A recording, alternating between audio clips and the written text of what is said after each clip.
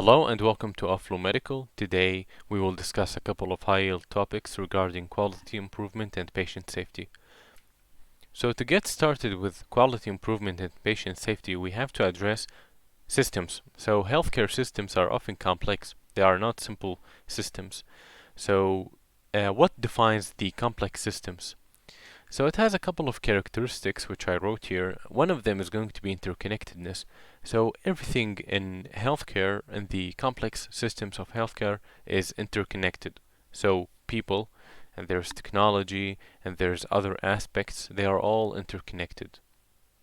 Finance, technology, people, all of them are interconnected. Variability, so nothing in medicine is the same. So each patient is different. Each time you're going to give a patient a specific treatment is going to have a different outcome. It's never the same outcome. And there's a tight coupling, which means if there is a problem with something happening wrong, then it's probably going to lead to more problems. So everything in medicine is complex. It's linked together. So if you have just a simple mistake, sometimes it could cause the whole system to fail. And often in medicine, we have multiple simultaneous goals at the same time. So let's say, for example, we want a specific ward for the patients, for this patient to be treated, and this patient we want to give them medicine, a medicinal product, and this patient we want to give them oxygen. For this patient, we're going to draw an arterial blood gas. So we have multiple simultaneous goals, excluding also we might have quality improvement goals. So we might be monitoring physicians, how many times do they wash their hands for a specific quality improvement project. And often, for these complex systems, they also have time pressure and high stakes.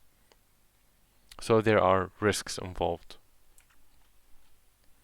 So safety culture is a high-yield topic for the USMLE, where here you have to prioritize safety over blame, speed, or hierarchy. So before I discuss it, let's take the example first.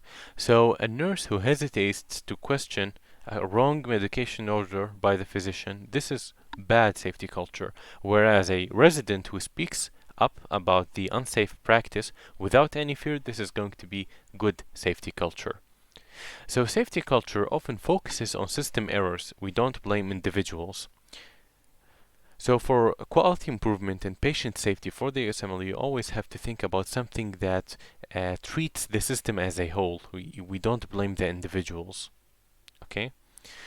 So psychological safety. So staff should feel safe to speak up or report near misses.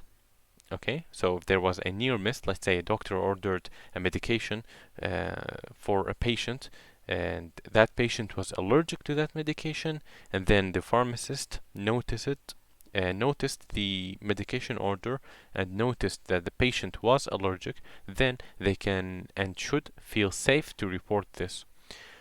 Transparent reporting, so near misses are actively encouraged and analyzed, with a learning culture where errors are treated as opportunities to improve processes. So we don't use errors as opportunities to punish doctors and staff. We should use these as opportunities to improve processes and learn from that. So here, prevention is going to be way better than just reaction. So we focus on catching the issue before harm even occurs. This is the principle of safety culture. Standardization and simplification. Here the goal is to make processes predictable, consistent, and safe. So what does that mean? For something to be simple, like I'm going to give an example. Instead of every doctor ordering different insulin dosing methods, the hospital uses a standard insulin protocol. So every doctor is going to use the same safe algorithm for all patients. This reduces human variability, and this makes performance easier and faster. Because if we did not have a protocol, then every doctor is going to order the same medication with different doses. Okay, so we develop a protocol so every physician follows it and they are going to feel safe and this will reduce the variability and lead to better outcomes. So reducing variance, as I said, each physician performs the same task differently. This could lead to unpredictable outcomes, which could lead to patient harm. So with standardization, we are going to have fewer errors and better outcomes. With simplification, this makes the process easier to do right than wrong. So a principle for the USMLE, when you come to answer questions, you should always think of two things. Okay, what's going to make which choice, when you solve a question, which choice will make it easier for a physician or staff to perform the right thing way easier than the wrong thing? What makes the process easier to do right than wrong? And second, you always have to think which option focuses on the system as a whole rather than just blaming a doctor or blaming a nurse or a resident. So simplification is going to remove unnecessary steps and it avoids cognitive overload. It leads to less decision making, which means there are less chances to be wrong. So an example of this is going to be pre-filled syringes that are way better than just manually drawing from a vial. So protocols and checklists. The definition of a protocol is a predefined step-by-step clinical pathway, such as the protocols for treating myocardial infarctions or treating epilepsy. And checklist is a before and after task safety confirmation. They both improve consistency and prevent forgotten steps, and they prevent the normalization of deviance. So an example of this is going to be the surgical safety checklist, which we also name it timeout. So this is going to be a mandatory pause immediately before any incision during a surgery. Who's going to participate in this? The entire team, including surgeons, anesthesia, and nurses. They all are going to verify the patient identity, the procedure, the surgical site, okay, and the surgeon who is going to perform the surgery, they should have marked the correct location with a marker beforehand. And then each member is going to state their name and role, and this must be documented. But there are a couple of implementation barriers to this. For example, not knowing how to use the checklist, or if there is a workflow disruption, or if there are lack of resources, such as no printed checklist, or if there is time pressure. If there is individual attitude, such as a doctor saying, I don't need this, I'm experienced. Integration of care is often complex. It's fragmented between a hospital, clinic, and home. Often the patient, when they get discharged from a clinic or from the hospital to their home, they don't know what to do. Sometimes they don't follow up at all. Sometimes they don't take their medications anymore after being discharged. So the risk factors is going to be handoff failures, so losing critical information. So, for example, a new anticoagulant not being communicated during the handoffs, or poor discharge planning. So, for example, the patient leaves without medications or follow-up, and the simple fix for this is going to be calling the patient a couple of days after the discharge and following up with them, and disconnected electronic healthcare record systems where one team cannot see what the other prescribed. So readmission due to missed medication after discharge is going to lead to failure of care transition. So the goal is being continuous, not episodic care.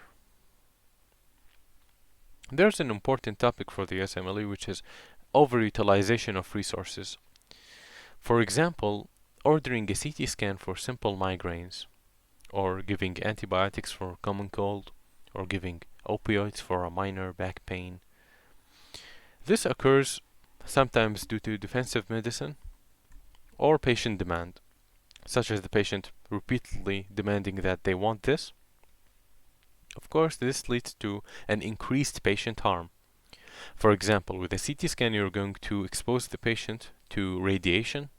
For antibiotics, you increase the risk of resistance and, of course, the side effects of antibiotics. And with opioids, this could lead to addiction and respiratory depression.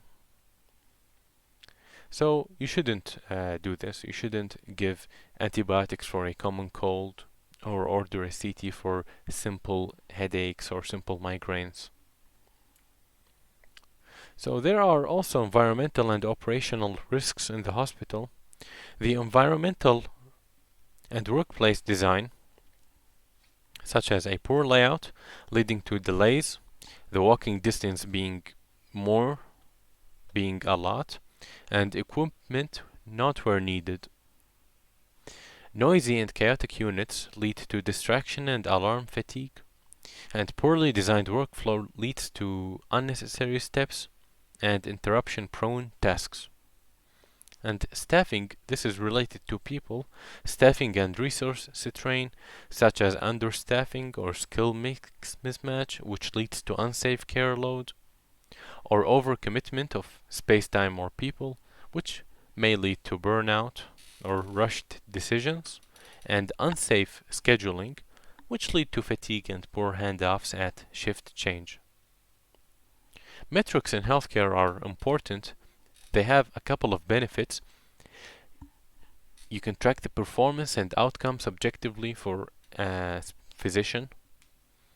You can also identify unsafe variation across providers and enable quality improvement and accountability, and support value-based care reimbursement. But there are a couple of risks. So the providers are going to treat the metric, not the patient, and they are going to focus on just checking boxes instead of improving care, and they are going to focus shifts from healing to numbers and compliance with the metrics. So for example, if there was a physician or there was a hospital that does more CT scans, let's say for headaches, than normal, let's say if on average ordering CT scans for headaches was about 10%, then we find a specific hospital that orders 30%. So we are going to provide them with metrics telling them, hey, you're ordering 30% of headaches, you're giving them a CT scan. So they're going to follow that, and they will try to bring it down to 10%, which is going to be the average and the wanted number.